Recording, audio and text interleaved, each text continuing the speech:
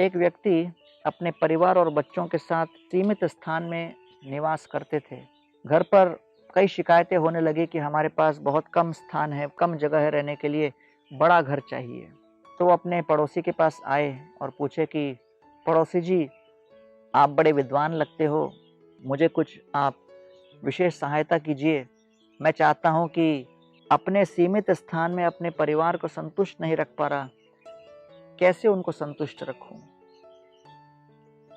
तो तुरंत पड़ोसी ने कहा, आपके घर के बाहर कहीं मुर्गियां भागती हुई दिखती हैं, उनको भी घर के अंदर ले लो। तो अब पड़ोसी के ऊपर इस सज्जन की बड़ी आस्था थी, तो उसने घर के अंदर मुर्गियां भर दी।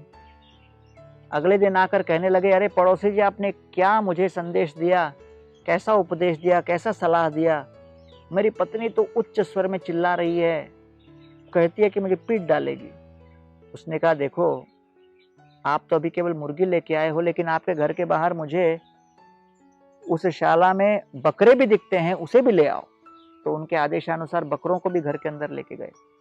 अगले दिन आए, बोले, पत्नी ने तो कह दिया कि अगर मैं कुछ न करूं तो मुझे घर से बाहर निकाल देगी।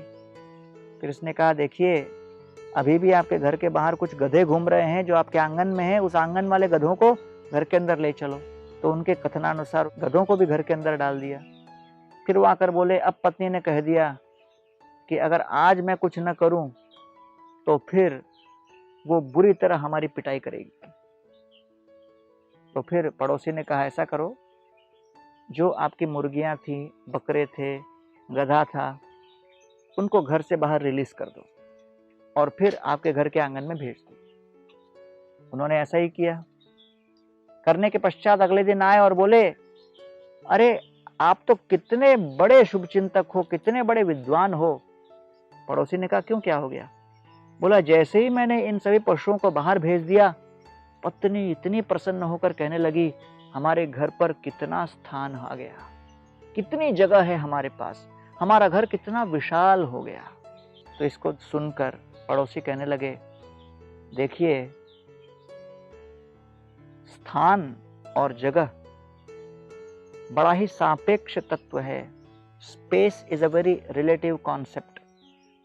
इसलिए उस सीमित वस्तुओं के साथ जब आप संतुष्ट नहीं रह सकते तो केवल उसकी सीमाओं को बढ़ाकर कुछ नहीं होगा। आपको अपनी इच्छाओं की सीमा को कम करना है। इसीलिए जीवन में आवश्यक है कि विविध प्रकार की परिस्थितियों का हम नियंत्रण नहीं कर सकते, लेकिन जब हम अपने मन के ऊपर संतोष रूपी जूता लगाकर चलें तो जूता अलग अलग स्थान पर चलते हुए भी, कहा गया है, यदा संतुष्ट मनस सर्वा शिवमयादिश कंटक शर्कर कंटकादिभ्य यथा पानापदः शिवम, कि हर परिस्थिति में चलते हुए भी कंकड़, पत्थर और कंटक से जूता हमारे पैर को प्रभावित नहीं होने देता, उसी प्रकार यह संतोष की भावना रूपी जूता हमें अपने विविध प्रकार की परिस्थितियों में भी हमारा बचाव करता है। इसलिए आइए संतोष युक्त जीवन जीने का प्रयास करें, जिसमें सीमित व्यवस्थाओं में भी हम असीमित आनंद की अनुभूति कर सकें।